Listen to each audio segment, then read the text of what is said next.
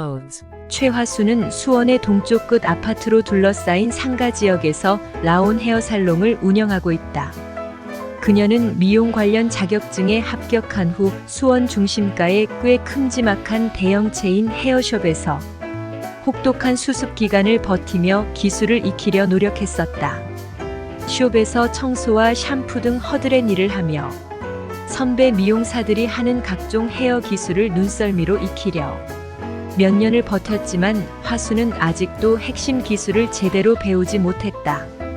영리한 선배들은 잔심부름 등 성가신 것은 최화순에게 시켰지만 정작 밥벌이에 필요한 기술은 제대로 가르쳐 주려 하지 않았고 권위만을 내세워 그녀를 힘들게 했다. 그녀가 헤어숍에 사표를 낸 것은 다음날 쓸 수건의 세탁분이 충분하지 않다고 선배에게 1시간여의 잔소리를 들은 바로 다음 날이었다. Intermission. 최화수는 사표 후 바로 시골로 내려가 아버지에게 헤어숍에서의 전후 사정을 이야기한 후 자신이 미용실을 차린다면 충분히 잘 헤쳐 나갈 수 있으니 한번 믿어봐 달라고 통사정을 했다. 수원으로 다시 올라온 후 최화수는 부동산으로부터 그녀가 살고 있는 원룸 가까이에 있는 라온 헤어살롱에 전 주인이 사정이 있어 다른 곳으로 이사가면서 긴급히 가게를 내놨고 팔리지 않을 경우 보증금이 있는 월세로 할 의향도 있다는 소식을 들었다. Intermission. 최화순이 가게를 오픈한 지 한 달밖에 안 되었지만 그녀의 외모를 보고 오는 중년 남자 손님들 때문에 숍은 꽤 붐비는 편이었다. 그녀는 사실 이혼녀였다.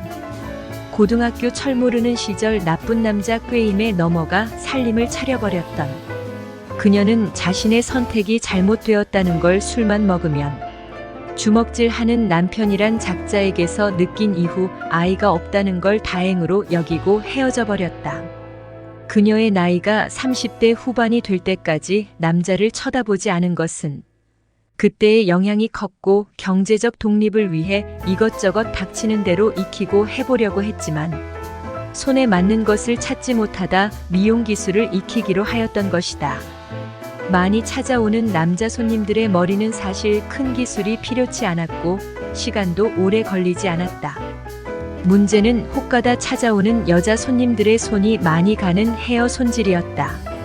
물론 학원과 체인 헤어숍에서 눈팅으로 익히고 약품 사용법 등을 기록을 해놨지만 익숙하지 않아 시간이 많이 걸리고 신경이 날카로울 수밖에 없었다.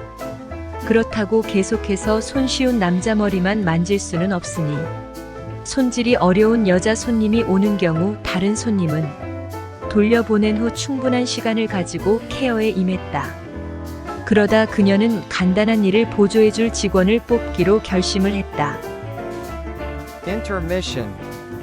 그녀는 30대 초반의 직원 이자수를 바라보며 흐뭇해하고 있었다.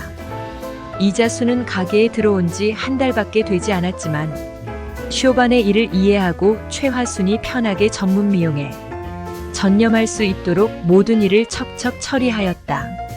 2달째 되는 달부터는 군대의 이발병 실력에 틈틈이 최화순이 가르친 덕분에 간단한 남자 손님들의 머리까지 완벽하게 처리하였다.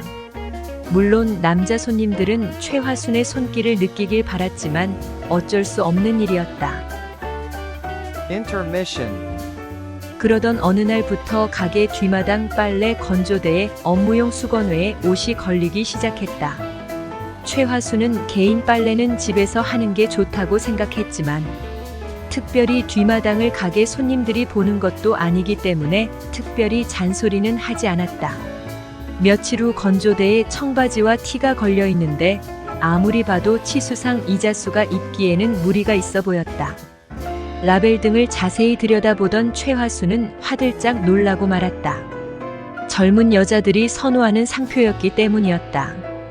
이자수가 들어오자 최화순이 업무 특성상 개인 빨래를 몇 가지 하는 건 상관이 없겠으나 여자친구 옷까지 숍에서 하는 건 좀 아니지 않냐고 주의를 줬다. 이자수가 자신이 새들어 사는 곳 옆에 시멘트 공장이 있어 빨래를 널어놓으면 먼지로 오염되는 걸 여자친구가 싫어해서 어쩔 수 없었다고 했다. 최화수는 자신이 너무 했나 하는 생각에 더 이상 다른 말은 하지 않았다.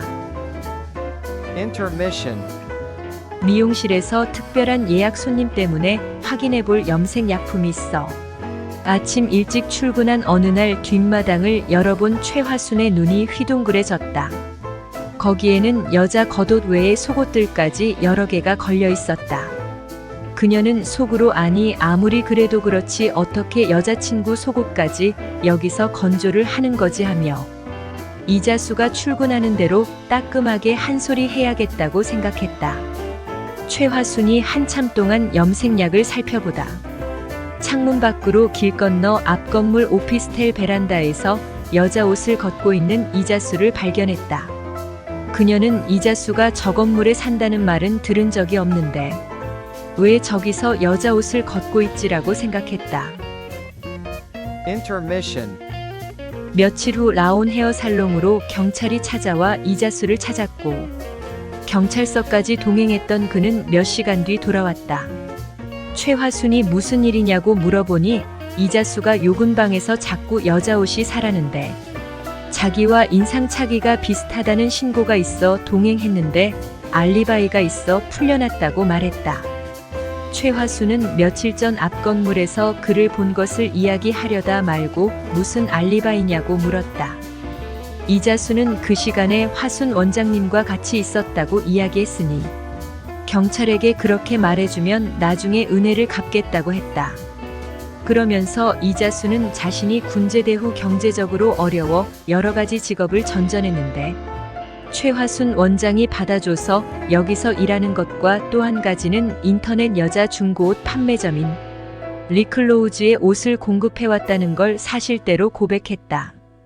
최화순은 처음에는 그럴 수 없다고 했으나 시골 아버지로부터 차용해온 가게 보증금을 빨리 갚기 위해 이자수에게 리클로우즈에서 번 돈의 50%를 줄 것을 요구했다.